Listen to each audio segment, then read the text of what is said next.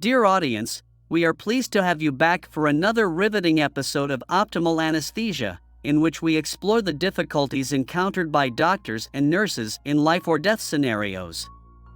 The critical function of an anesthesiologist in the intensive care unit or during surgery is brought to light today in the terrifying situation of a patient subjected to chemical warfare. Imagine a substance that not only burns the skin but orchestrates a symphony of destruction within the body.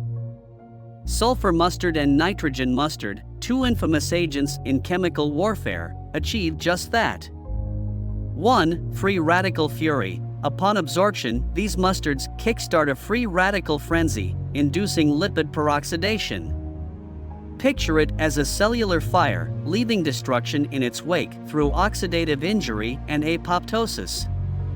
2. DNA alkylation drama. Moving to the molecular stage, these mustards play a sinister role in DNA alkylation, triggering the activation of the repair enzyme PRP.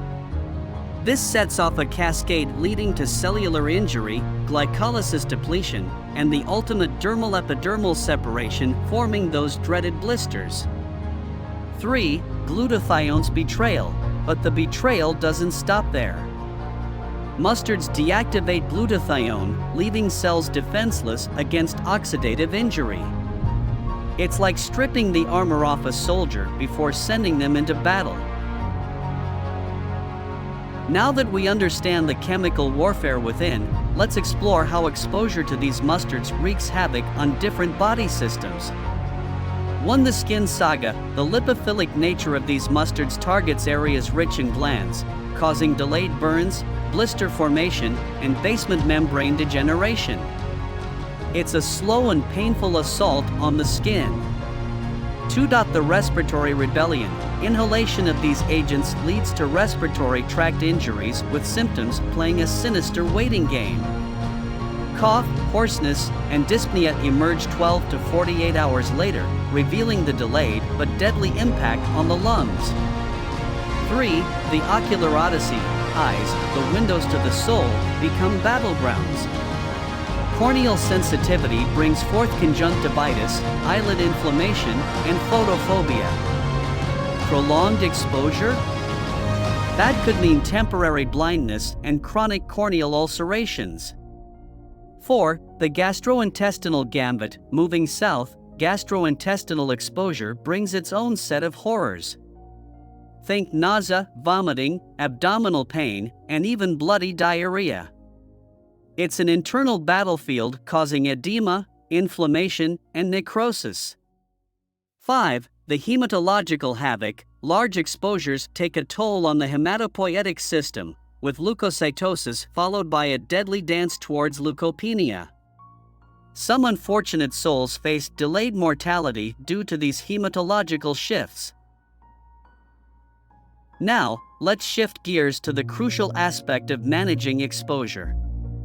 How do we navigate this chemical battlefield? 1. The skin shield. Immediate decontamination is the hero here. When facing chemical exposure leading to skin contamination, the first line of defense involves the removal of contaminated clothing, followed by thorough scrubbing with soap and water. However, it's crucial to note that aggressive decontamination methods can lead to unintended consequences, such as hypothermia. Therefore, a balanced approach is essential, considering the potential risk of temperature drop during the decontamination process. The application of antiseptic agents, such as chlorhexidine or povidone iodine, must be precise, ensuring effective elimination of harmful substances without compromising the patient's core body temperature. It's a delicate dance between eliminating the threat and preventing hypothermic complications. 2. The respiratory resilience. For respiratory exposure, the battle plan is to deploy supplemental oxygen, providing the lungs with the support needed to withstand the onslaught. Additionally, prophylactic antibiotics like ciprofloxacin or doxycycline become a valuable weapon to prevent secondary infections that may arise from compromised respiratory function. However, when the respiratory battlefield becomes intense, requiring heavy artillery, mechanical ventilation becomes a strategic move. This intervention aims to stabilize and support the respiratory system, preventing further damage.